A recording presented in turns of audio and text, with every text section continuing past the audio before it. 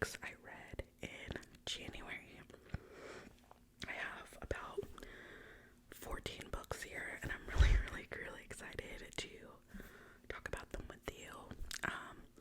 So let's dive into it. I got my computer in front of me with the order that I read the books. I got my drink here. I got my books. I got you. And I am super excited to get into these books with you. The first book I have is the book that got me back into reading. I loved reading as a kid. I don't really know what happened or where I went wrong in my adulthood, but I just stopped reading. But I saw this book on Instagram Reels, and everyone was like, ooh, the book is so much better than the movie. And I was like, okay, I could read a book or two. So, excuse me for my throat. The first book that I read is Me Before You by Jojo Moyes. And this was later made into a movie. And this book, you guys, the chokehold that this book has me in. So, pretty much, this book follows the main character, Louisa Clark, who is laid off from her job at like a local diner, cafe, and she lives with her parents and her sister, and her sister has a kid. And she helps her parents a lot with the bills and like day to day because her sister is going to college, and she has a little boy that lives, so they all live together. And you know, she goes pretty much to like the unemployment office, and they don't have many jobs for her, but they are like, hey, you know, this one job pays really well. It's being a caregiver, you know, and it's not to like an old man, it's like a 30-year-old who's in a wheelchair.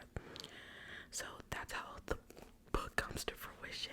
Like, you know, she's not excited about working for this guy, and then she ends up meeting him, and he's an asshole, and, you know, he doesn't, like, he's not nice to her. His family is kind of weird. They're very uppity as well, and she doesn't know, like, how she's gonna be able to make it.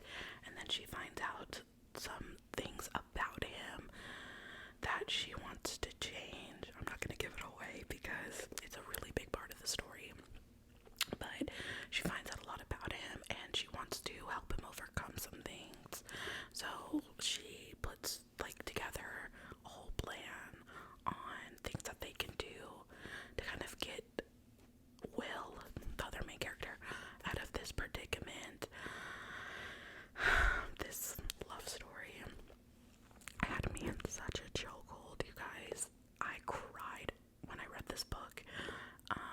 It's very sad. I'm not gonna lie to you. Like, it does kind of have a happy ending.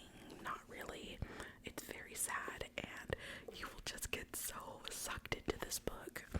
So that was the book that kind of got me back into reading. So after that, I was kind of like on a high, and I would rate this book. I mean, it is a 5 out of 5. Yes, it's sad, but that is literally just the story. It's just the way the cookie crumbles with this book. It's so well written. Like, you really feel like you're in this story, like watching everything unfold. And that's what I love about this book. So to me, it definitely is a 5 out of 5. So after that, I was very much like on this books to movie kind of high. So I was like, okay, I just want to read things that were made into movies so that I can compare and contrast. So the next book I read was The Fault in Our Stars by John Green, and this is very much a YA novel. Like, I never read this book as a kid. Like, I do remember it coming out and the hype around it, but I just never read it. And I wish I would have back in the day. Like, I really wish I would have picked up this book, but I just didn't. It was a good story. Again, this one is like very sad. I think after I read Me Before You, I looked up like book books that were similar, and this was very similar to that book.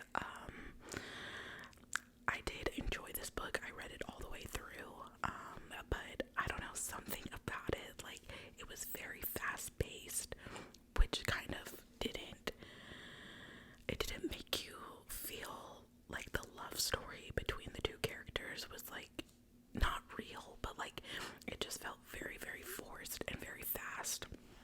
I mean, I'm pretty sure everybody has either read this book or watched the movie. It's pretty much about two cancer patients that meet in, like, not like AA, but it's like AA for people who have cancer. Like, they don't have, like, an addiction, but they have cancer, and they meet together, and they kind of talk about their feelings. And so Hazel and Augustus, they meet there, and their relationship kind of blossoms. I'll read you the synopsis because I don't remember, like, a lot about this book. I just remember I didn't love it. Despite the tumor shrinking medical miracle that has brought her a few years, Hazel has been anything but terminal. Her final chapter inscribed upon this diagnosis, but when a gorgeous plot twist, named Augustus Waters suddenly appears at Cancer Kid support group, Hazel's story is about to be completely rewritten.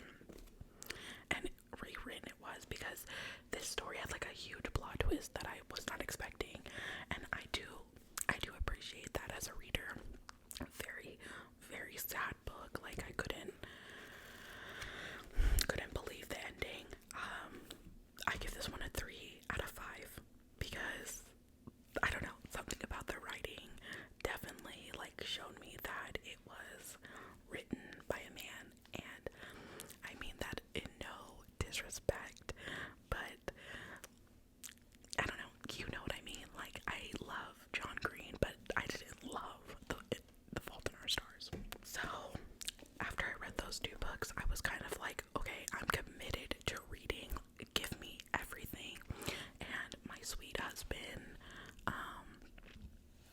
Lord bless him, he got me the two other books in the series of Me Before You, and that was so sweet. He's so sweet. So I read After You, and I did not love this book. I did not love this book. I don't know. Just something about the way that this book was written just was not the vibe. It definitely felt like very forced. Because obviously the other book, I don't want to, like, give too much away, but I mean, I'm pretty sure you can guess, like, what happens. So Will ends up dying. I don't think that's, like, a spoiler, because he was in a wheelchair. I'm not gonna say how, I'm not gonna say why, but this book was pretty much about Louisa moving forward with her life after love and after loss. And I just felt like this book was trying to be too much. Like, it was written, but it also, like, didn't say anything at all, because nothing freaking happened in this book. Like, it was just a lot of words and nothing. Like, the story didn't make sense, and there was, like, something that happened in this book that I'm not gonna spoil, but you're like, why? Like, it was very stereotypical, the path that she decided to take with this book. And again, it just leaves you saying, okay, why would you write this? Like, it could have been so much better. But I hated the way this book was written. So I definitely gotta give that book a 1 out of 5. So then after I read that book, I was very much in my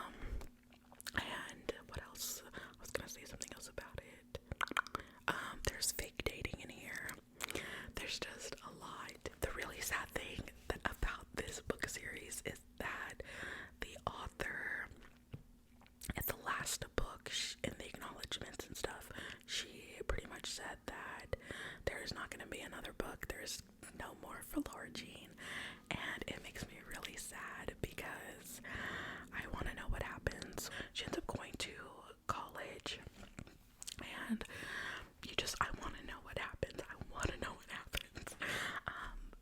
5 out of 5 for me. These books are just too cute, and I loved the story. They're beautifully written. Like, it definitely takes you back to being a teenager and like what that felt like. So I loved that. The next book that I read is very heavy in my opinion, but I'm also like very dramatic. But I was like, okay, I'm committed to reading. I want to read a memoir.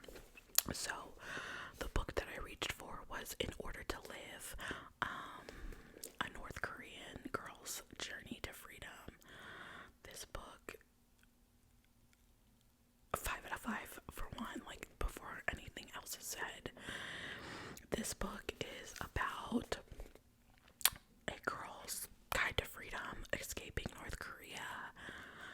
What you don't know about North Korea, what you know about North Korea, what life was like in North Korea. This girl and her mother and her sister flee North Korea, and as easy as you think it could be, or like, you know, like what you think it could be, this book answers every question that you would ever have, and it is very eye-opening. Just so many things in this book happen. I wish I could sit down and just like tell you, but I think that this is a book that everybody needs to read for themselves. I don't want to say too much because that, as small as that book was, it was jam-packed. There's also photos in this book, and I just remember I couldn't put that book down because like I needed to know everything, and I definitely have a different perspective about things after reading that book. The next book that I have, Bookstagram, talked me into getting.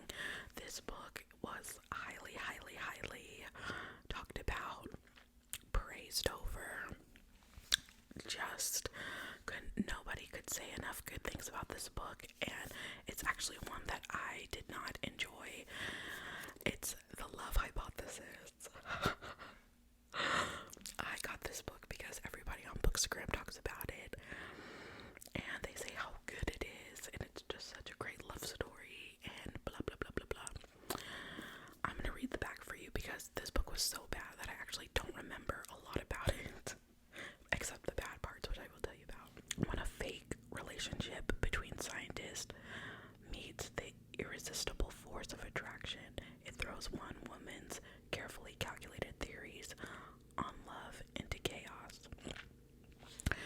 As a third-year PhD candidate, Olive Smith doesn't believe in lasting romantic relationships, but her best friend does, and that's what got her into the situation.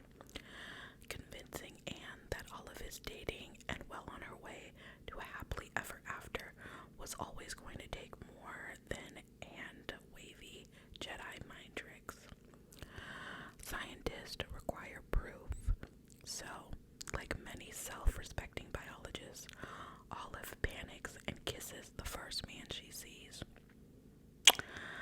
That man is no other than Adam Carlson, a young hotshot professor and well-known ass, which is why Olive is positively floored when Stanford's reigning lab tyrant agrees to keep her charade a secret and be her fake boyfriend. And when a big science conference goes haywire, putting Olive's career on the Bunsen burner, oh my god, Adam surprises her again with his unyielding support and even more unyielding six-pack abs. Suddenly, their little experiment feels dangerously close to combustion, and Olive discovers that the only thing more complicated than a hypothesis on love is putting her own heart under the microscope. Okay, first of all,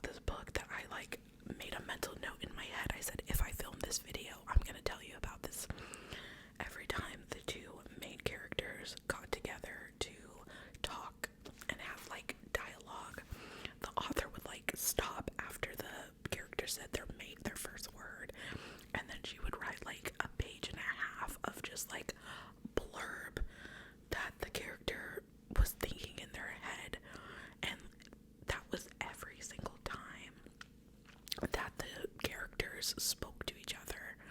And it was so freaking aggravating that once I got to like the middle of the book and I knew they were gonna talk to each other, I would like read the first word and skip all the fucking crap that the character was like thinking in their head and just get on with the dialogue. I don't know why, but that like aggravated me so much, because when characters are speaking to each other, like, hello, like, I want back and forth, I want to hear, I want the tea, I want to know what they're talking about, I don't want to know what they're thinking in that moment. Like, let them say what they want to say, and then let's regroup and then go over what the hell just happened.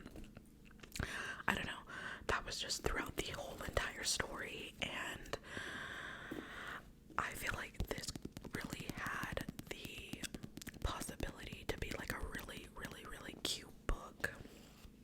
And the idea was like adorable, but also I felt like nothing happened. Like, yes, there was like the conference scene like in this book, but besides that, like nothing else like really, really happened. So I don't know, big disappointment with that one.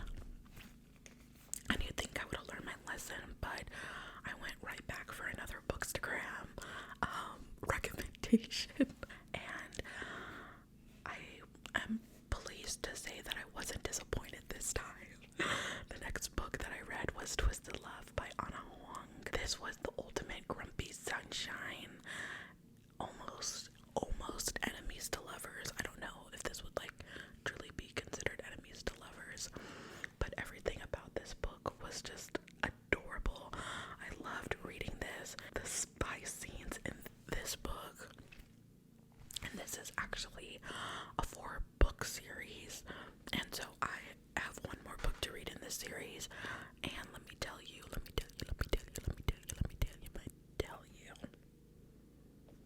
I'm glad the cover looks like this, because these books are spicy. Oh my god, they're spicy. So this one is pretty much the sister falls in love with brother's best friend scenario. Brother's best friend, Alex, is a total asshole. He's cold, he's grumpy, dark, very secretive about his life.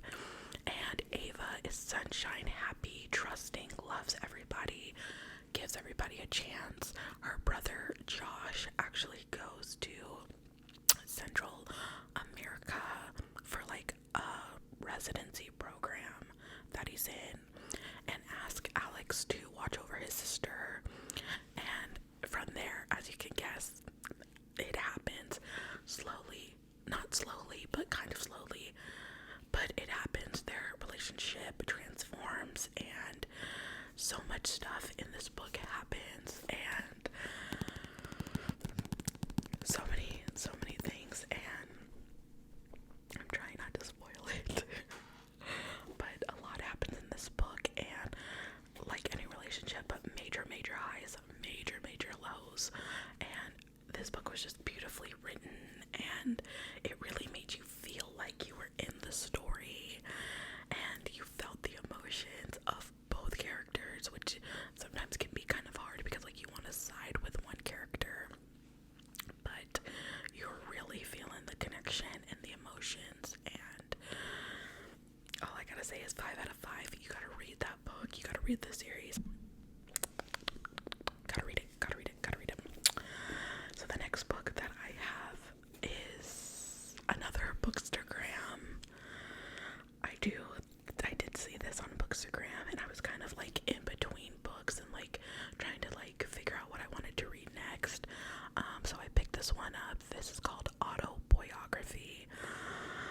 This book is really good. It's a pretty thick book. I think it has like over 300 pages, but it is like a really quick read. I'll read the back for you. 3 years ago, Tanner Scott's family relocated from California to Utah, a move that none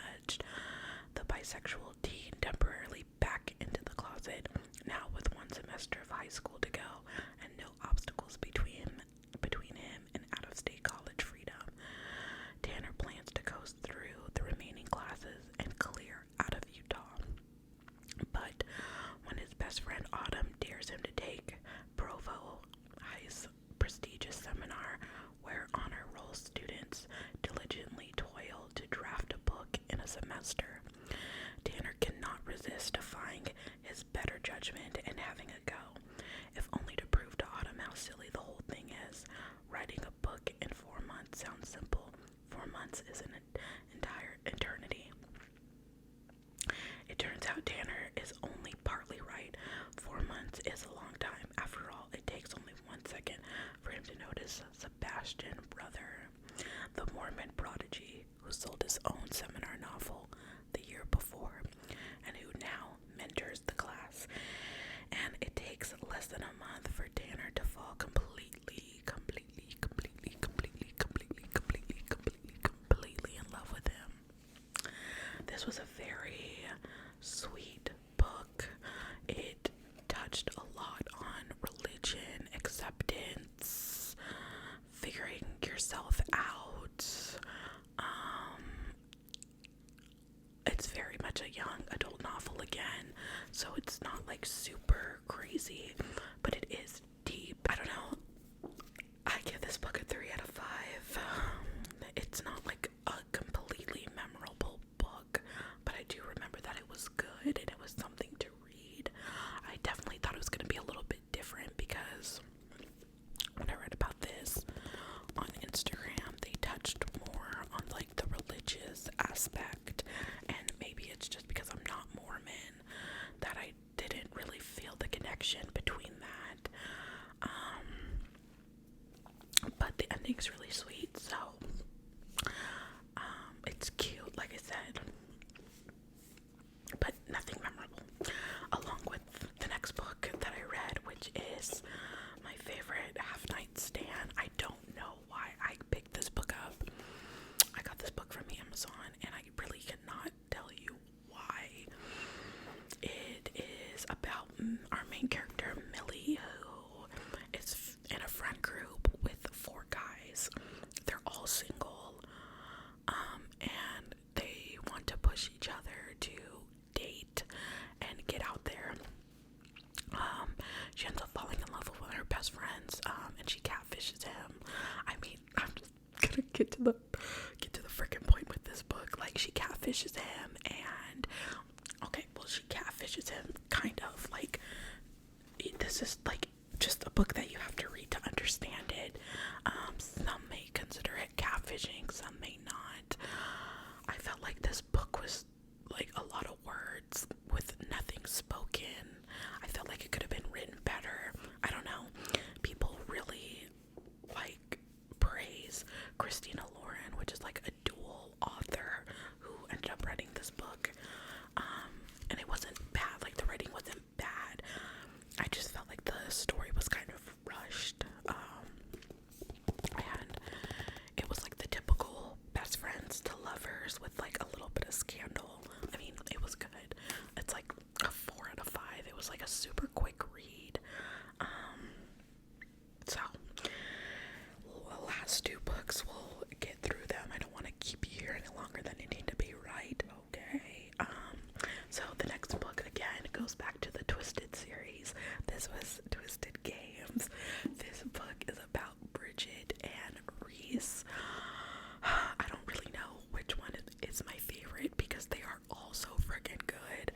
But Bridget is on her way to being a princess, and Reese is her bodyguard, her sexy bodyguard, and they end up falling in love, and there's a whole bunch of trial and tribulations within their relationship. People who want to keep them apart,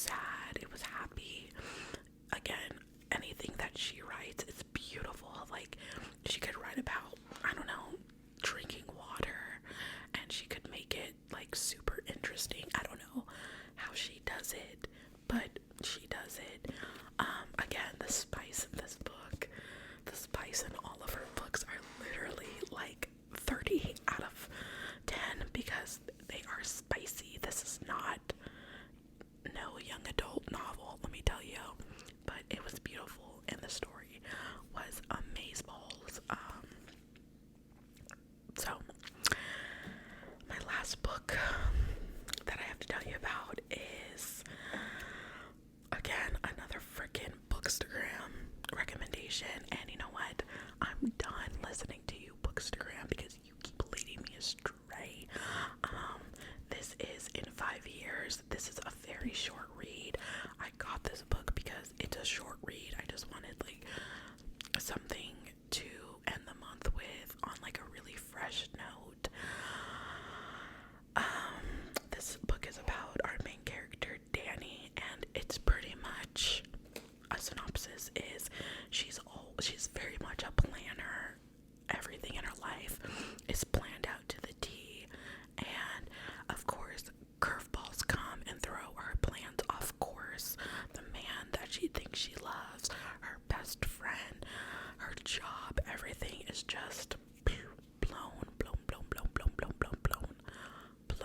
out of, not proportion, but blown out of, I'm looking for the word, can you tell? I don't know, it's just, this book had honestly like a lot of twists to it. I got the main gist of this book is pretty much like, you know, live in the moment, enjoy the moment, don't be so worried about the future. But I don't know, you guys, this book kind of feels like a fever dream. Reading this book was like how you feel after you have a very vivid dream, but you're also having a hard time remembering it. Like, there was nothing in this book that was like mind-blowing or like, you know, made that connection. It was just a book I read, and that's fine. Like, there will definitely be books like that, but I guess I was so disappointed about this book because people on Instagram just had a lot to say about it. I feel like every time I saw a reel, like, this book was in it, so I was expecting like, okay, like, this is gonna be a memorable book, but it wasn't.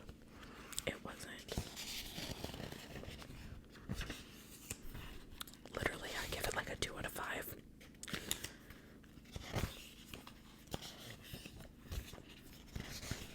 I think it has like under 300 pages. It has a question and answer at the back that I like literally didn't even bother reading because the book was that boring. 251 pages, so it is like a really small read, but I don't know, you guys. I couldn't vibe. I got the gist of the book, and then again I felt like everything else was like, okay, like, could have been left out. Like, you spoke without saying anything.